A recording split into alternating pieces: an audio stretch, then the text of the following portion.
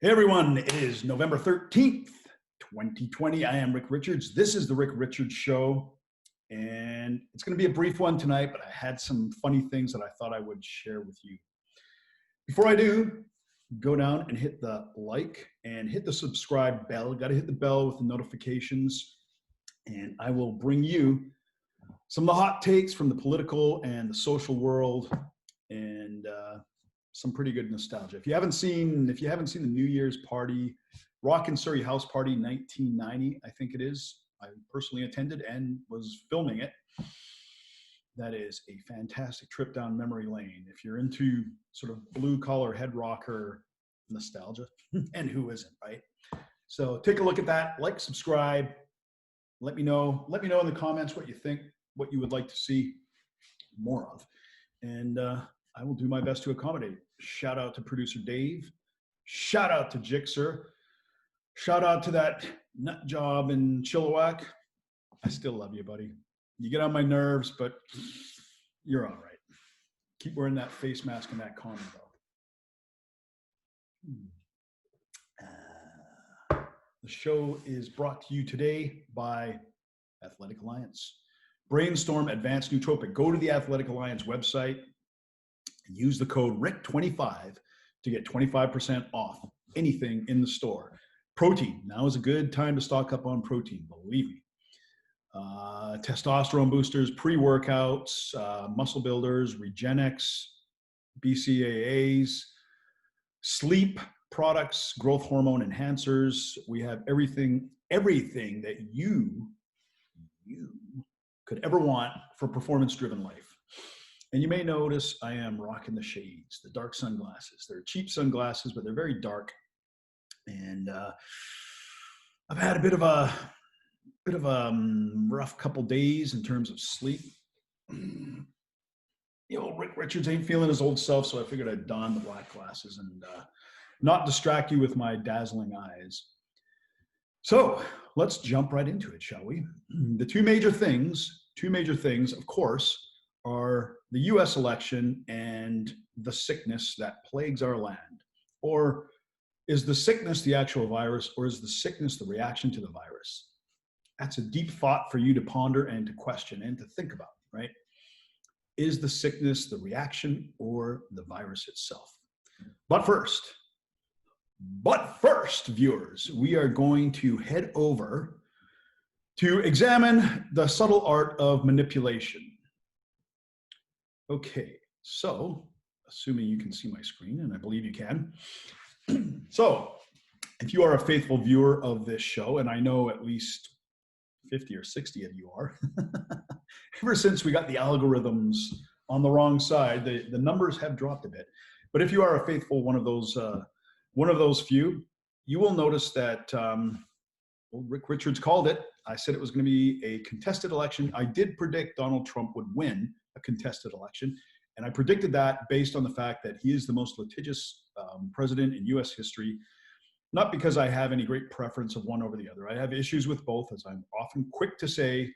People are very black or white. They think if you say anything about Donald Trump, they think you love Trump. If you say anything pro-Biden, they think you love Biden. Well, to be honest, it's hard to say anything pro-Biden. But I just wanted to briefly share with you this little glimpse into the subtle art of manipulation. The subtle or not so subtle art of manipulation. So here we have our old friend Joe. He held a press conference, and he's created, first of all, got the suit, got the podium, check, check. Got the United States, the American flag, the stars and stripes in the background, check, check. Makes it look official, right? And we have a new office has been created. See, this 2020 is a really amazing year. We are seeing a lot of firsts this year, right? I won't get into all the firsts that we've seen, but one of them we've seen is the mainstream media, the mainstream Marxist media feels like they can decide who wins an election. It's up to them. If they call it, then it's official as far as they're concerned, right? And man, they have really, really, really been pushing the old Joe narrative. They really want this guy to win. They just hate Trump, man. although you would think Trump is better for ratings, but regardless, let's not get bogged down in that. But they are really, really pushing Joe, and they are not only have we seen a first in that the media thinks that they can decide who wins an election, but we are seeing for the very first time president-elect, office of the president-elect. So first of all, there is no office of the president-elect. You are a candidate until the election, and then once you are certified, not by the media, they have either it's the Senate or the Electoral Commission or the Electoral College. There's a whole body that does the certification. But there is no office. I like the little tiny of the office of the president-elect. Okay, so there's an office of the president-elect. President, of course, is very prominent there. And so Joe is trying to, this is a psyop, this is a psychological operation to kind of, you may have seen also with some articles that have come out with him, Joe Biden talks about how to heal the nation. Right. So you've been calling people Nazis and all this stuff for the last, I don't know how long, but now you want to heal the nation, right? Okay.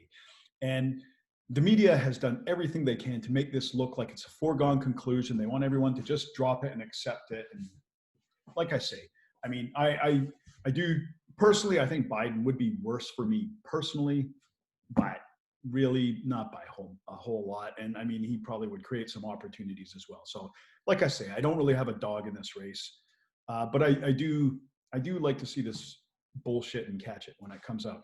Second, we have a COVID briefing. Okay, so first of all, we have a guy who, whatever you think of him, I mean, his faculties are probably not at the top of his game, in a phony office, giving a phony briefing. Like, that's not a briefing, that's your opinion. Any guy that's just a candidate who comes up and spouts off about what he thinks should be done involving the virus is no different than me, right? I'm not giving you a briefing. I'm just sounding off on my opinion and hoping I don't get censored as a result. So anyways, just watch out for these little psyops that you see. They're all designed to kind of make everything look official, precondition you mentally to accept him in the role of president. That's what this is all about. This is about preconditioning you to accept things. And I won't get off on a tangent here, but you often see this in movies. When you watch disaster movies, film movies, movies about viruses, a lot of that, believe it or not, is preconditioning people to accept certain conditions, right? So let's kill that for now. And getting back to the virus that has plagued us for the majority of this year. By the way, I'm very happy to say I still don't know a single person that has, do I know anybody that's had it? I don't know if I know anyone, maybe. I don't know anybody that's gotten sick from it, let's put it that way. And you would think, you would think if we were back in, what was it, the 14th century in Europe, as the Black Plague was ravishing the continent, and I think it killed 33% of the population, I think 8 months into its arrival, you would have noticed somebody with it. But hey, whatever. I don't want to, believe me, I do believe that it's a real virus. I only believe that it is a very highly contagious version of the flu. That's what I think, okay? But something else interesting has come out. Oh, get out of here, Joe. We don't want to see you. So the, what the hell is Theresa Tam's, what is her title? She's Dr. Tam. She's essentially the head of, I don't know, whatever sort of medical situation. She's the head in Canada. The head, I don't know. I'd have to look up her title. And in all honesty, I should have done that. But anyway, she's the face of this, and she is our resident expert. So, and I will add, she has been wrong over and over again, or she has contradicted herself over and over again. She's done this with masks and with other things. I won't get into that. But just today, I saw this. I saw a government update on COVID-19. Dr. Tam is now suggesting all Canadians practice holding their breath for extended periods of time. Now, when I first saw this, I thought, oh, okay, that's pretty funny. I thought it was a fake, right? And then I looked at it and I thought, wow, that's a really good fake that somebody's done here. But I searched some other news sources and nope, sure enough, you can't fake this kind of clown world, really. She actually came out and said this. So Theresa Tam is recommending that we all hold our breath. So if you're now keeping track on what you should be doing, number one, your face should be covered up. You should not be leaving the house. Do not work unless you absolutely have to. So you're free to go out of business or to go broke or just to wait for whatever government benefits you can get. Do not leave your basement. Stare at the wall. Cover your face. Don't meet anybody in your family other than your immediate family. Anybody beyond that, stay the fuck away from them. Is that it? Oh, and don't breathe. So I don't know where this is going to lead. Somebody made a good point on Facebook. They said if somebody holds their breath too long and dies, are they going to list that as a death from the virus? I think they probably will. I think that one will be in there. So that's what she's recommending. And how long will it be before stores post signs that say breathing in this establishment is discouraged? So you got to run through, buy something, and run out without breathing. The social rats will be ratting on each other, saying, "Oh, I saw him. He was breathing heavily. He was sucking up all the oxygen in the room, and he was exhaling without a care of anybody around him." Right? So good times ahead, right? Just remember that. Remember, do not breathe. Okay? We don't want you breathing out there. We don't want you showing your face. We don't want you speaking moistly, although I don't like Trudeau. He really gets on my nerves, but I will agree with him on that. I don't like people speaking moistly either. But I mean, that should go without saying, whether there's a sickness or not going around. Do not speak moistly or don't spit when you talk. Give us the news, not the weather, right? So that's it. These are two little quick updates I just wanted to flash you with. One of them, of course, is the subtle art or not so subtle art of manipulation that's going on, psychological operations right now in the United States. The other is our own Canadian brand of lunacy that is now recommending we practice holding our breath for extended periods of time. This is so fucking ridiculous. It just makes me laugh. You know what? You know what's really funny is some people are going to take this seriously. There's going to be some people out there, I fucking guarantee it, that say, we're going to have to start practice holding our breath for extended periods of time. Time me. You know, and hey, you know what? Maybe we'll get some good swimmers out of this, right?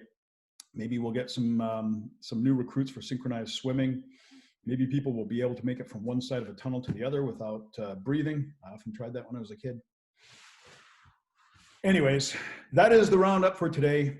Some humorous notes from I can't even say it's the underground, from the mainstream. Just humorous notes from the mainstream, right? So I will sign off. Remember, hit the like, hit the subscribe, hit me with your comments, ask me what you want. Use Rick25 at athleticalliance.net to get 25% off on all the Athletic Alliance products. And trust me, you want to load up on some of these because I guarantee more shutdowns are coming. So do it now. Do it now. Don't wait. And I will say, see you next time. Be safe.